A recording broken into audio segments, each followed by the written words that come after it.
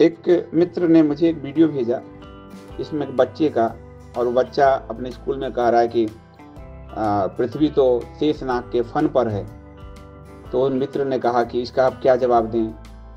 मलेच्छ की धरती चपटी का तो हम लोग विरोध करते थे, इसका हम क्या जवाब दें?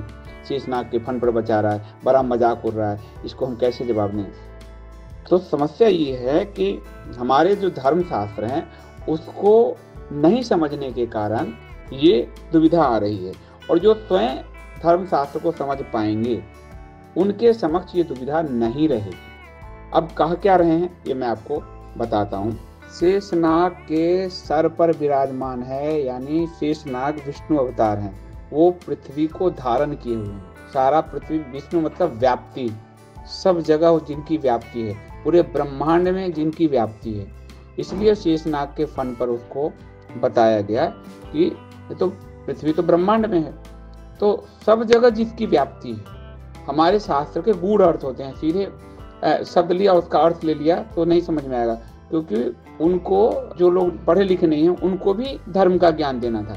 तो शेषनाग मान के, यानी कि वो विष्णु की आराधना करेंगे, यानी जो ब्रह्मांड में सब और व्याप्त है उसकी आराधना करेंगे, उसके प्रति धन्यता से भरेंगे।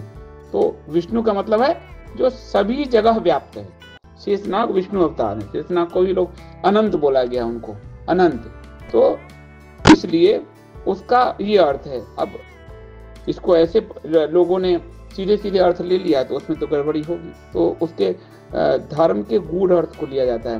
वेद इसलिए सबको नहीं कहा, जो नहीं गया कि सब नहीं पढ़ सकते हो, इसलिए कहा गया क्योंकि वो अर्थ का अनर्थ कर देंगे। तो उसकी पूरी जो व्याख्या है वो पुराणों में। तो हमारे शास्त्र कोई एक पुस्तक जैसा नहीं है कि आपने सिर्फ पढ़ लिया हो गया। वो कूट भाषा में है वेद, उसकी अलग अलग व्याख्या पुराण है, और पुराण में भी जो पुराण को समझते हो वो उसको बता पाए, नहीं तो बड़ी मुश्किल में लोग फंस जाएगा।